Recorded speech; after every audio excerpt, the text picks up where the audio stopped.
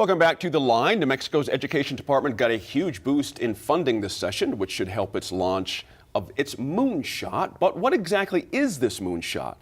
In the column, Public Education Department Secretary Karen Trujillo wrote for the Santa Fe New Mexican, she describes a, quote, rocket made up of departments working together, finally reaching its destination of improved child well-being and academic achievement for all New Mexico children. Fair enough. Catherine, there's a lot of money being poured into this, especially in the creation of an early childhood education department. But other than saying changes will be made, there are a kind of lacking of specifics right now.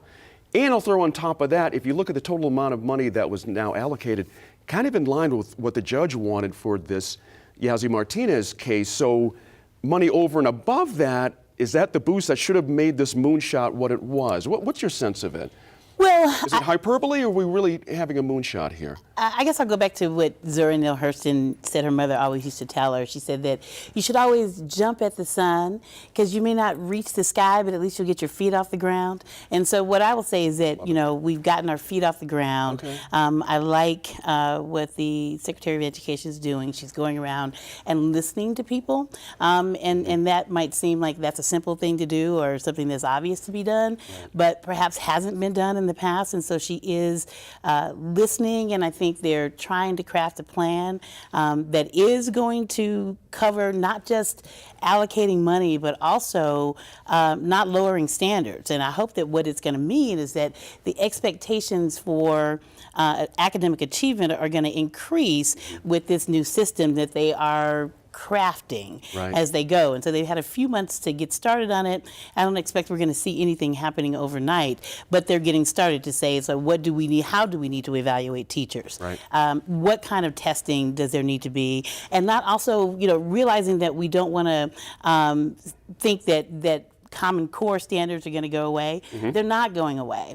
We still need our kids to be proficient in English language arts and math. And so they're still like saying we need to do that, but we also don't need to be testing incessantly. So we're going to look at the PARCC test, and we're getting rid of that, but we still are going to have standardized testing. It's just not going to be every day, you know, but there are still going to be all those elements involved in the system. And I hope that also what's going to happen beyond that is that they're going to look to say, how do we approach teaching in a different way? And so, you know, are we looking at the community schools model? What kind of models are we going to use to approach in a different way? Because obviously what we've been doing hasn't been working, even though we're saying, you know, things have improved. But we still are talking about, are our students proficient in English language, arts, and math? Good point there. I like that.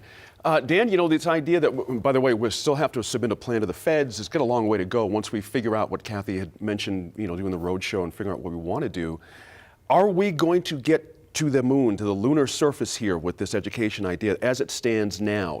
I mean, we're hearing a lot of things out there. This is the be-all, end-all. When my first day in college football at Western New Mexico, I got run over by a 245-pound fullback, and I remember the football coach telling me, hey, Cloudcroft, when you're on your back, everything's up from here. So we're on our back, and everything's up from here. I mean, the moonshot, you know, we may not get to the moon, but we're sure going to get off the ground because we got no choice. You know, this is a unique situation for this governor, who I think this could be her bipartisan moment, right? This could be her opportunity to depoliticize education. Look at it. I have not met the Secretary of Education. Clearly getting out and talking to the communities is a step forward. It's a different breath of fresh air from the past secretaries of education that we had the last 8 years. So I think there's a real opportunity. I think, you know, being 50th, we can get better. Now, the opportunity, people got to remember, we've been hovering between 47th and 50th for the last 30 years. It's not like we dropped from number 9 to 50th. We've been at the bottom of the barrel for the start. So this is a great education. My concern that I think could cause the governor a stumble as she goes forward, there seems to be an inordinate desire to work with early childhood development when the rest of our education system isn't fixed yet. And so I'm fearful that we may lose focus on fixing it while we're pumping money into starting something new and wind up with this bottleneck, right? Oh, we got this, in some people's minds, this great early childhood education, but when we get them to 4th grade, what do we do? Right? So, you know, I'd like to see the early childhood education stuff kind of take a step back, and let's get the system prepared and fixed so that when we can have this constant stream, I agree, we've got to look at, I mean, our way of educating all the studies are coming out. There's studies for everything. Sure. One of the things that I've always found interesting is when you look around New Mexico, some of the most successful school districts are in the smallest towns. Some of the most successful school districts are in some of the smallest, poorest towns in this community, and yet the kids are doing great. And I think it has to do more not with necessarily the class size, but the school size. Sending these kids into schools at 6,000 or 7,000 people. So That's right. hopefully we don't lose focus on fixing the education problem with an attempt to create a new education problem. Good point there. Interesting. This week, of course, we've got some information coming in that our graduation rate is improving, not by a little bit, Tom, but a pretty good bump. Yeah. A pretty decent bump. An interesting quote here. When asked by the AP, asked our Dr. Trujillo, I'm mentioning here, if gains were made because of or in spite of policies under former Governor Martinez, Dr. Trujillo said, quote, a little bit of both. It's an interesting point. And then even in their press release, it's very glowing about our rates of improvement here. But has the previous governor's point been made here a little bit? I mean, it's hard to ignore these numbers. Well, yeah. I mean, if you just look at the numbers, you've seen a 10% increase since 2011, which is pretty substantial increases. I thought Secretary Trujillo had the perfect chance for an olive branch when her news release indicated, "Let's give credit where credit is due," thinking, "Oh my gosh, she's going to say thank you or acknowledge the previous." Nope, she just goes right to the folks who really did the heavy lift, which were the teachers and the administrators and the parents. That's right. But I think that there is some credit that needs to be given to the system and the environment for the two public education secretaries that never received their full honors of being a full secretary, just a designate. And so you had Hannah Scandera and Chris Wiskowski, both of whom had their own unique approaches to management that really conflicted with how teachers like to operate.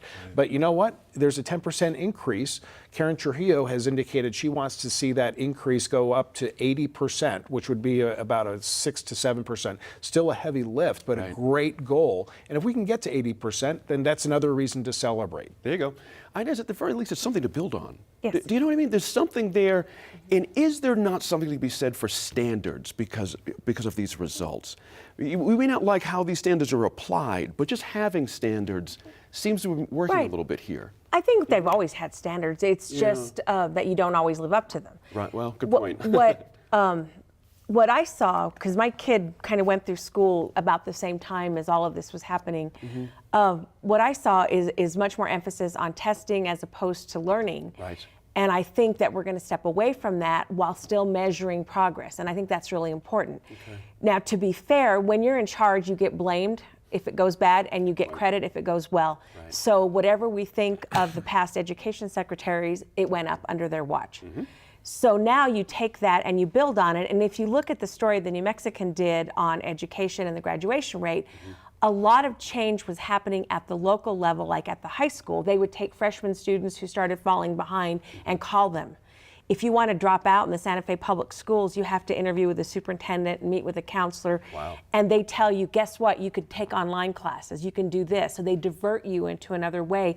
So maybe because there were those standards or this goal, the local schools changed their policies to really capture the kids that they might have just said goodbye to before. So there was a combination of things that were happening. And what we need to do now is not let up on that. And make sure that if a student isn't happy in school, that there's another way for him or her to achieve what they need to do. Right. One of the things we got to see with education as well in New Mexico, and I think we've done a poor job of it, is that we always come up with a policy and then we just wait. We just, just go with the policy. That's right. I mean, you're talking about young kids.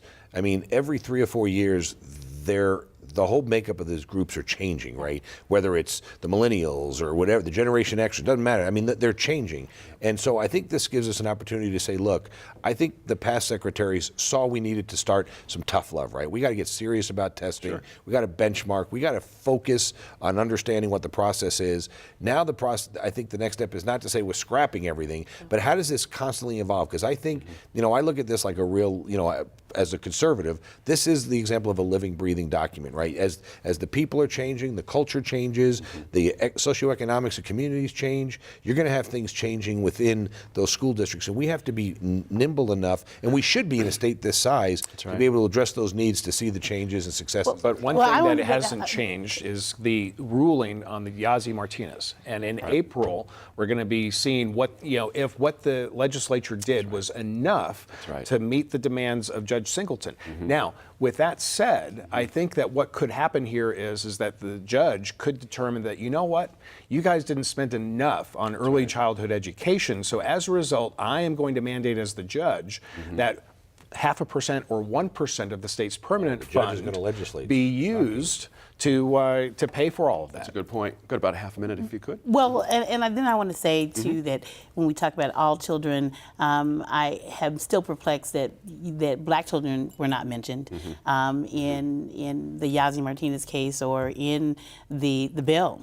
And certainly, we need to make sure that we're considering everyone. And there's a lot of work to do in education. And I think it's not so much about how much money we spend, but about how we do. Let's teach kids to learn, and I believe they're capable of learning. The onus is on us to figure out how to help them achieve. Good point there. That's all the time we have for this week. We're always planning the next show, though. Give us your ideas for future coverage by connecting with our Facebook group called Focus on New Mexico. You can also drop us a note on YouTube or find us on Twitter.